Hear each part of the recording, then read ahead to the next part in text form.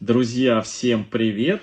Идет у меня полив орхидей, и в этом видео я решил ответить на некоторые вопросы, связанные вот с этими вот орхидеями. Как поливаю вот в этих вот фужерах, как поливаю орхидеи вот в таких вот кашпо с фитилем, и как поливаю орхидеи. Много было вопросов, связанных вот как раз таки вот с этими раз, два, три, четыре, пять, с 6 орхидеями, которые купил еще в позапрошлом году на предпраздничной распродаже 8 марта. И из этих вот 6 орхидей пересаженных только 2. И как раз таки я одну из этих орхидей собираюсь пересадить. То есть еще 4 не пересаженные. Одну хочу пересадить, она как раз таки уже не цветет. Весь прошлый год она цвела. Я ее сейчас покажу. И показать, собственно говоря, как поливаю вот купленные в магазине орхидеи, и которые не пересаженные, а вот они находятся вот в таких вот магазинных посадках. И некоторые зрители задают вопрос: как ты ухаживаешь за ними, что они у тебя годами стоят, и ничего с ними не происходит, то что вот ты не пересаживаешь, и вот с ними все хорошо. В общем, друзья, ну, начну, значит, сразу с этих орхидей, как поливаю магазины. Я уже неоднократно рассказывал, как стандартные орхидеи поливаю. Собственно говоря, ничего нового.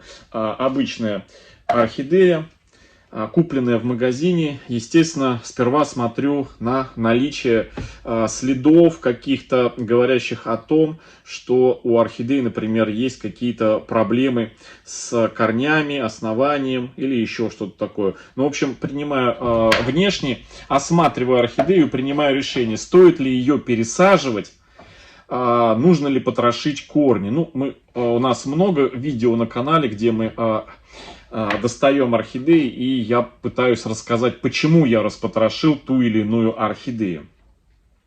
И вот если все хорошо, никаких желтеющих от основания листьев нету, если никаких пятен на основании нету, корни просвечиваются, и они, в общем-то, здоровые, да, тогда и она цветет, еще самый главный момент, она продолжает цвести, то я особо не заморачиваюсь с пересадкой орхидеи, оставляю ее доцветать. Вроде как думаю, что когда она цветет, тогда ее пересажу.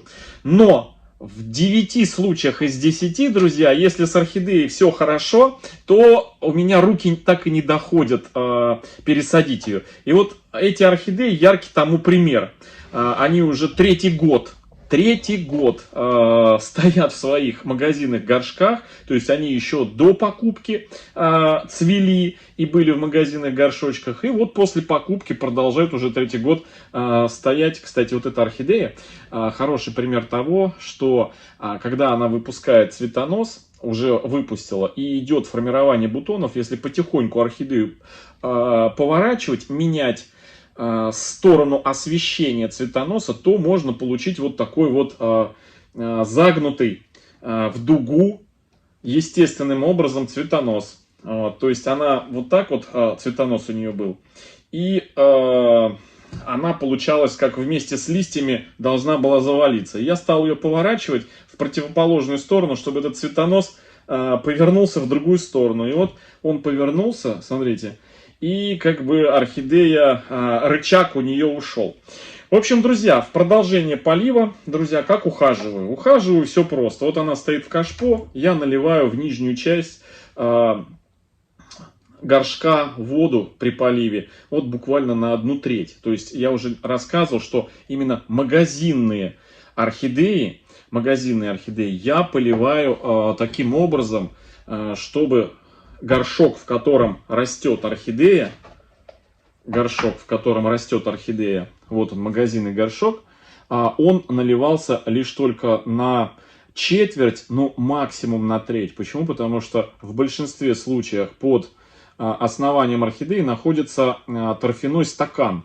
И этот стакан, чтобы не мочить, потому что он очень хорошо впитывает воду, как губка. и очень долго и плохо он просыхает. И может частая проблема всех магазинных орхидей, которые покупаем в магазине и не хотим пересаживать.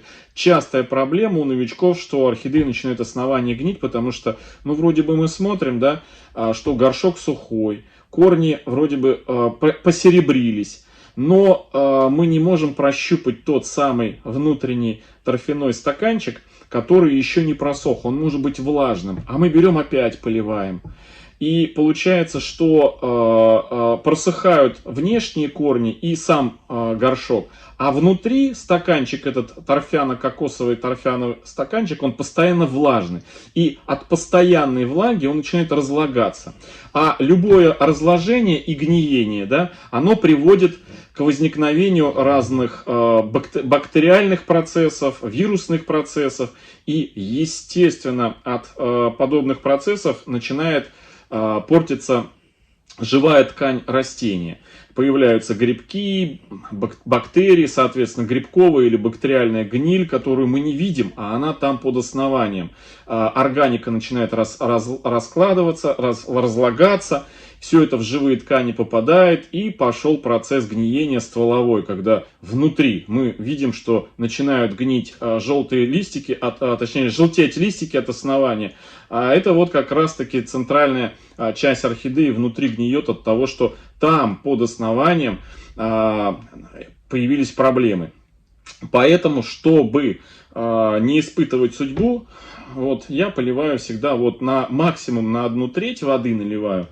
И ну, минимум там 1/4. Вот сейчас я наливаю. Если есть, конечно, корни у орхидеи сверху и вдоль горшочка, то пытаюсь, естественно, лить воду так, чтобы на эти корешки вода попадала и вдоль стеночки горшка сливалась вниз. Вот на такую высоту я набираю воду. Вот она.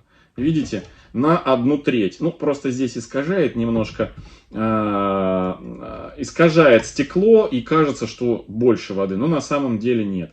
Вода вот на чуть больше 1/4, на 1/3 где-то вот воды. Все, и вот так вот она будет стоять у меня, эта орхидея, ну, минут, наверное, 15.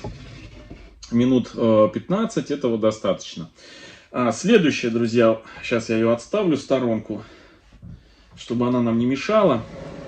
Сегодня все собраны эти 6 орхидей, которые я купил 2 года назад. Так, здесь вот игристый сидр, Sparkling Cider орхидея. Кстати, вот спрашивают, какие минусы, о минусах тоже я расскажу. Так, ну давайте я сразу все эти орхидеи залью водичкой. Вот тоже, смотрите, видите, корни как раз в нижней части уже пора пересаживать. И в ближайшее время я и пересажу эти орхидеи. Вот так вот лью воду по корням, которые вдоль стенок горшка. И потихонечку наливаю вот так, чтобы вот 1/3, 1/4, 1/3 корней была в воде. Все, больше не надо. Так, еще одна осталась. Вот она. 3-я, не пересаженная. Все цветут, за исключением желтой коровки. Вот. Здесь уже вываливается, ее надо пересаживать срочненько. Ну вот мы, наверное, в одном из следующих видео вместе с вами пересадим вот эту орхидею. Желтую коровку, вот эту вот, которая недавно отцвела. Ну и, наверное, пересадим еще вот эту, которую я только что полил. Вот. У нее есть определенные проблемы, я сейчас покажу, которые говорят о том, что ее нужно доставать и чистить, несмотря на то, что она цветет. Ну, сейчас я налью воду. Полив закончим и перейдем к следующим вопросам. Вот, смотрите, как корни у нее растут. Тоже вот так вот. Опа, все. Теперь к следующим. Полив. Значит, ну, вот эту орхидею поливать еще рано. Это как раз у нас в кашпо орхидея с естественным фитилем. Ее я поливаю методом, значит, подлива сюда вниз водички, буквально там на высоту дренажного слоя керамзита, да, на высоту вот этой вот выемки, то есть вот до сюда. И все, вода, значит, стоит, и вот этим вот фитилем вода поднимается вверх. Ну, буквально это нужно на это где-то несколько часов. То есть обычно это я поливаю в первую половину дня и смотрю до вечера, до того момента, как выключается у меня подсветка. Подсветка у меня выключается в 10 вечера, где-то примерно за час до выключения подсветки я смотрю, сколько воды еще осталось. Если вода осталась, я просто беру, сливаю. То есть это лишняя вода. Вот. Если воды в норму налил, то она вся успевает впитаться мхом и распределить эту воду внутри горшка.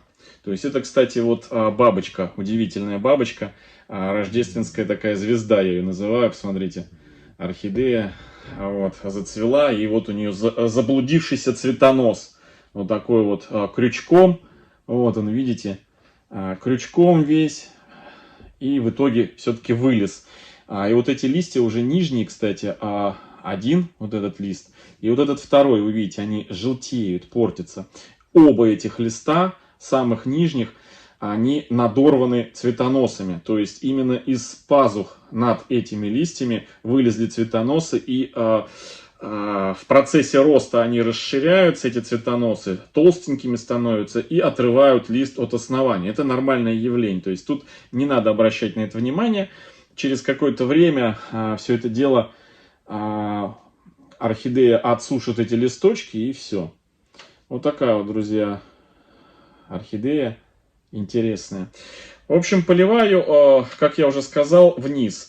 И меня спрашивали, замачиваю ли я оставшийся объем. Да, друзья, я замачиваю по мере необходимости, по мере, значит, просушки вот этих корней. Обычно где-то раз, наверное, в месяц-полтора я заливаю полностью горшок. Но это для того, чтобы напитывался грунт, напитывалась кора, для того, чтобы она разрабатывалась, ну и чтобы корни совсем не пересыхали, потому что, ну, тоже корни прорастают, их периодически иногда нужно смачивать. Вот, поэтому заливаю все водой и потом где-то там держу минут 30 и сверху придерживаю и потом сливаю. То есть такая вот процедура. Несложная. Куда сложнее, друзья, процедура, связанная во всех емкостях, в которых растут орхидеи, в закрытых емкостях, без дренажных отверстий и без фитиля. Как, например, первые орхидеи, которые мы сажали вот в эти стеклянные емкости, как они там называются, фужеры эти стеклянные, сажали в хороший, в разный грунт, и влагоемкий, и хорошо аэрируемый, но без фитиля. И вот здесь, конечно, проблема. Корни хорошо разрослись, немножко увеличили объем в горшке, грунт немного поднялся, если вы обратите внимание. И вот здесь полив, конечно, ну, каждый раз он напряжный. Заливаешь вроде бы сюда в горшок воду, но потом слить через там 20 минут проблематично. Приходится ловчиться как-то, придерживать ладонями, руками и вот сливать воду. Это неудобно. Поэтому следующие все посадки буду исправлять вот этот вот минус, который меня напрягает. Ну, понятно, когда несколько орхидей, там 2, 3, 4, ну, с десяток орхидей в таких посадках, то поливать в принципе несложно. Когда коллекция огромная, то каждый полив и 2-3 десятка в подобных посадках уже тратится время и силы, и вот это вот, ну, это реально напрягает. Вот, поэтому следующие посадки делаю я вот в эти емкости, уже вот эту коровку, которую будем сажать. Сейчас мы ее, до нее дойдем, сейчас я залью ее. Это коровку хочу посадить вот в такой вот стеклянный этот.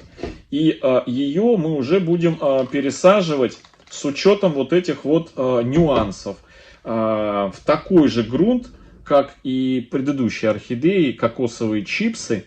Это органический компонент. И что-нибудь добавим, возможно, керамзит второй, либо пеностекло. Кстати, по пеностеклу был вопрос, можно ли кокосовые чипсы с пеностеклом смешать и сделать фитиль. Вот, друзья, как раз таки мы и проделаем вот подобную процедуру вот на этой посадке, вот на этой вот орхидее. Коровка желтая с такими темно-лиловыми свекольными пятнами. Интересная орхидея. И вот с учетом, значит, ошибок, ну не ошибок, это скажем, минусы, нюансы, которые осложняют уход за большой коллекцией. Уже вот в этой посадке сделаем с фитилем. Вот здесь мне интересно, посадим в такой же грунт, как и эти орхидеи у нас в стеклянных, керамзит и кокосовые чипсы, или археата с кокосовыми чипсами, либо заменим археату, либо керамзит на пеностекло с кокосовыми чипсами и сделаем фитиль. Вот мне такой интересный вопрос к вам, друзья. Что скажете? Напишите в комментариях. Ну, в любом случае, вот эту вот коровку мы сделаем уже с фитилем, чтобы ухаживать за ней в таком, знаете, в ленивом варианте, да, Мася, вот, в ленивом варианте, чтобы был мох и фитиль, чтобы просто водичку подлил и все, и пошел дальше. Налил в один, во второй, в третий, четвертый горшок и пошел дальше. Все, то есть не тратить время на замачивание, это реально, ну, скажем так, реально, ну, оттягивает силы и время. Вот. В общем, друзья, я надеюсь, ответил я на вопросы, связанные с поливом, потому что про полив вот этих орхидей было много. Как поливаешь вот эти вот купленные 2 года назад орхидеи. Ну и плюс некоторые вопросики, связанные вот с таким поливом, без фитиля. Когда с фитилем, тут вопросов нет. Налил воду и все. И пошел своими делами заниматься. А вот здесь приходится, да, потом сливать, и это вот, к сожалению, все так орхидеи мы полили. Я буквально вчера показывал вам Golden Dawn, да, тоже в стекле, такой монстр здоровый. Но там у него хорошо, что вверху на поверхности, как вот и у этой орхидеи, корнями все заросло, и эти корни придерживают грунт. Проблем нету, так раз и слил. Но когда орхидея выпустила цветоносы, как этот Golden Dawn вчерашний, ссылку на видео я оставлю. И вот эта орхидея с кучей цветоносов, бутонов, сливать воду очень и очень неудобно. Поэтому все следующие посадки в стекло и в закрытую систему, вот в такие кашпо, я, безусловно, теперь буду делать обязательно, ставить фитиль. Будет ли это фитиль исключительно из мха сфагнума, будет ли это что-то новое, а у меня есть, друзья, кое-какая новая наметка вместо мха сфагнума, но это тоже такая интрига. В одном из ближайших видео мы с вами применим неорганический фитиль, но это не веревочка, неорганический фитиль. Ну, посмотрим, как он будет работать. В общем, друзья, вот такое сегодня видео. Ну, вот это просто красотка. Она прям стоит, такая черная орхидея. Вот, обалденная, просто обалденная. Вот желтой коровки не хватает сюда для такой цветовой гаммы. В общем, такое сегодня видео, друзья. Всем хорошего настроения, всем добра, здоровья и до встречи в следующем видео. Всем пока.